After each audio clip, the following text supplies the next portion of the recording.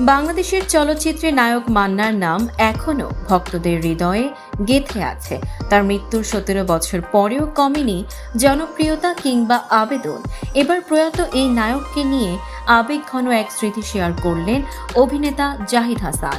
সম্প্রতি এক সাক্ষাৎকারে মান্নার সঙ্গে লন্ডন ও হলিউড সফরের স্মৃতিচারণ করেন জাহিদ। বলেন, একটা অনুষ্ঠানে উপস্থাপনা করছিলাম, সেখানেই বলেছিলাম মান্না ভাই বাংলাদেশের পিয়ার্স ব্রসনান। তাকে দেখে আমার জেমস বন্ড মনে হয়েছিল, কথাটা তাকেও বলেছিলাম।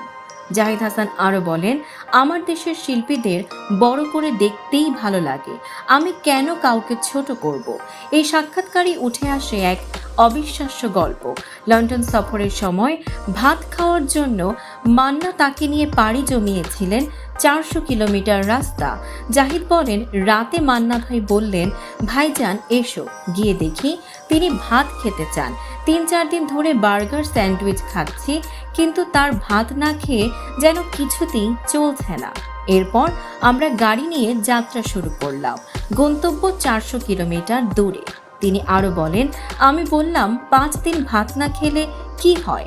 মান্না ভাই তখন হেসে বললেন, বুঝো না, ভাত খাবো তো। এটাই ছিল মান্না ভাই, প্রাণোচ্ছল, আবেগী, আপনজনের মতো এক মানুষ।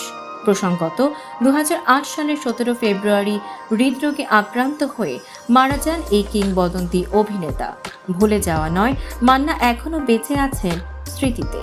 সাম্প্রতিক ও চমকপ্রদ সব খবর পেতে ফলো করুন আমাদের ফেসবুক পেজ CB24 টিভি এবং সাবস্ক্রাইব করুন YouTube channel CB24 TV official.